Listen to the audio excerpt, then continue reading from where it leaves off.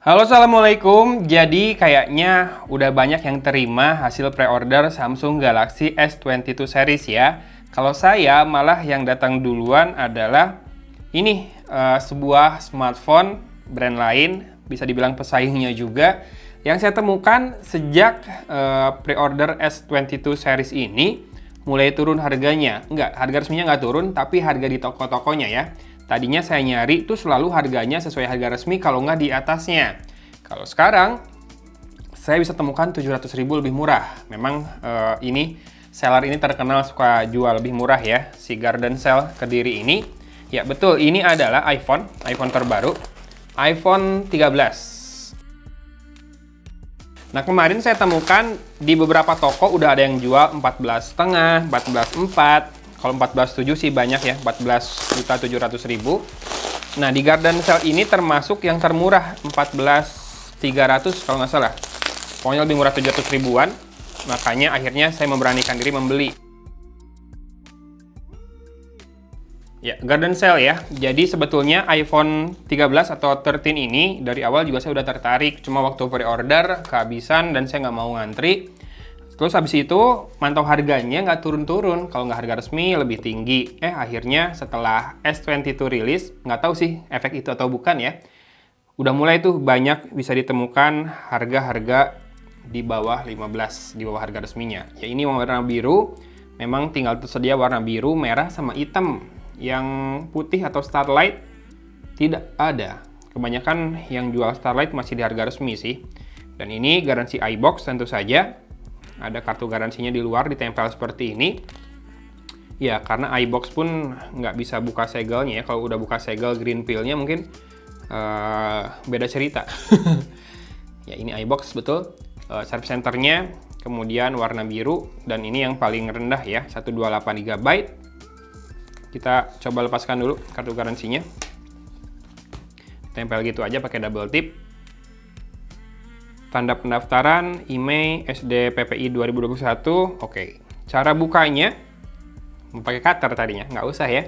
Kalau pakai cutter nanti banyak yang komen, udik. Tapi ini nggak pakai plastik lagi, sejak iPhone 13 ini. Saya juga baru tahu. Nggak terlalu ngikutin iPhone sih. Walaupun pakai iPad masih ya, tetap buat tablet. Oh, ini dia. Warna birunya, Sierra Blue. Bukan, Sierra Blue nggak gini ya. Lebih muda. Ini warna biru biasa sepertinya. Itu juga menunjukkan bahwa saya nggak tahu banyak soal iPhone.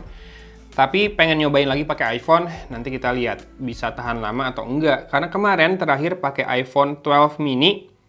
Nggak betah. Karena udah kebiasaan pakai Android beberapa bulan ya. Dulu pakai iPhone, kemudian lama nggak pindah itu gara-gara salah satunya akun banknya saya nggak bisa pindahin karena kartu saya udah expired dan belum berani ke bank waktu itu. Setelah kartunya diganti sih langsung pindah ke Android lagi. Dan dapat SIM card ejector. Kemudian juga ini adalah apa ya, kayak sebelum menggunakan kayak warningnya gitu. Kemudian garansi terbatas 1 tahun dan dapat stikernya 1 aja. Udah isinya gitu doang. Si kitab-kitaban, stiker, sama ini kabel USB Type-C to Lightning.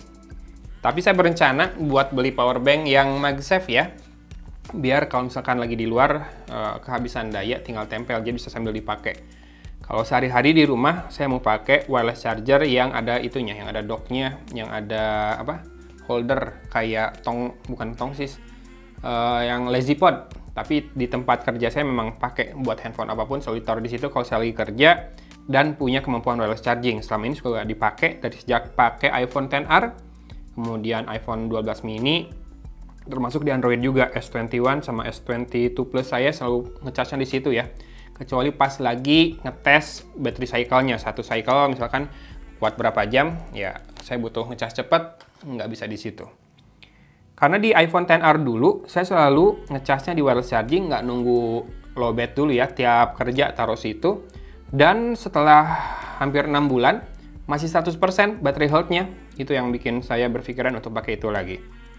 Ya ini dia penampakannya. Ya kalau mau the real smartphone frame kotak, masih iPhone sih ya.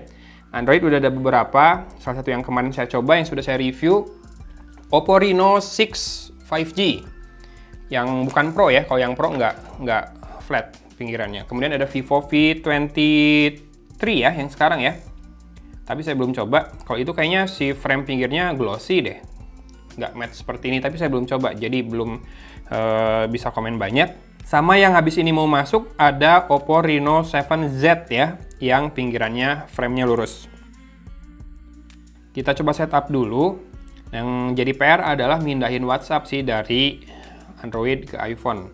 Kalau misalnya dari iPhone ke Android udah bisa ke Samsung. Itu pun harus fresh start ya si Samsungnya. Oke, nah buat setup awal seperti biasa tinggal di setup dari perangkat lain yang ada di dekatnya. Nih, udah muncul. Situ. Continue. Oke. Oh, salah. Si iPad-nya yang harus nge-scan. Finish on new iPhone. Mungkin nggak usah diliatin setupnya awalnya buat apa ya, karena ini cuma video dokumentasi sebetulnya pembelian saya di salah satu seller Tokopedia karena harganya lebih murah. Jadi saya selalu buatkan video unboxing ya buat konten juga dan buat bukti juga kalau ada apa-apa. So far barangnya bagus.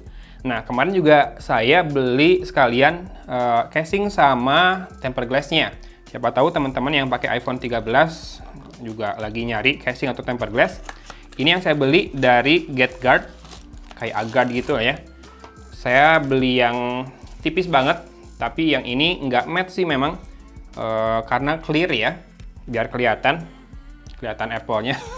Buat teman-teman yang pengen kelihatan Apple-nya mungkin bisa dipertimbangkan.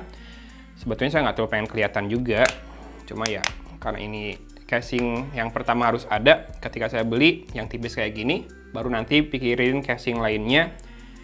Ini salah satunya yang bisa didapatkan di pasaran. Tadi saya mau warna putih atau Starlight itu biar netral, bisa masuk ke casing apapun. Nah, karena yang biru belinya, jadinya saya beli yang transparan seperti ini. Biar warna birunya tetap kelihatan, tetap keluar. Ya ini glossy, finishingnya. Biasanya saya nggak terlalu suka glossy, tapi karena ini tipis banget, dan juga tidak terlalu enggak sih mengkilap ya. Nggak bisa dibilang tidak terlalu. Saya pikir tadinya bisa matte walaupun clear, ternyata nggak bisa ya. Kalau clear nggak bisa matte, susah. Kalau mau matte berarti yang rada smoke white atau smoke black. Saya takut merubah warna birunya, jadi nggak saya order yang ini. Ini saya beli sekitar 90.000 kalau nggak salah. Ya, setup terus. Nah ini enaknya kalau pakai iPhone, pindah device baru kalau udah di backup, nanti beneran kayak device lama kita. Nggak usah setting apa-apa lagi, tinggal mungkin login beberapa aplikasi. Samsung juga sama sih. Kalau pakai Samsung Smart Switch udah kayak gitu ya, tinggal siapkan internet aja. Dan ini tempered glass, untungnya Baseus masih ngeluarin nih buat yang 13. Karena waktu pakai 10R dulu, saya sempat pakai subcase ya, itu mahal, bisa 180.000 satu si tempered glass-nya. Sempat ganti ESR, easier juga, tapi gampang itu ya. Saya ngerasa nggak terlalu bagus kualitasnya si easier itu, nggak penuh pertama. Kedua kayak yang nggak terlalu kuat. Nah, yang iPhone XR juga akhirnya saya pakaiin Baseus. Ini harganya seingat saya 99.000 dan dapat dua. Nih, dua pieces. Oke. Yes, dan dapat alignment tools-nya juga. Saya nggak akan tunjukkan cara pakainya di sini. Pasti udah pada bisa sih pakai alignment tools gini ya. Buat bantu positioning-nya biar enak. Yang jelas Baseus ini apa ini? Ada white edge treatment solution. Oh, ini buat pinggirannya. Ya, nanti kita coba lah. Baseus tetap dikasih stiker kayak gini ya. Kemudian ini adalah installation tools-nya. Nah, ini protective filmnya. Dapat dua. 99.000 dapat dua buat iPhone. Dan terakhir pakai di iPhone XR sih kerasa enak banget ya. Smooth banget. Cuma ini memang nggak ada list hitamnya, jadi ada kemungkinan pinggirannya rada-rada kelihatan kayak bubble.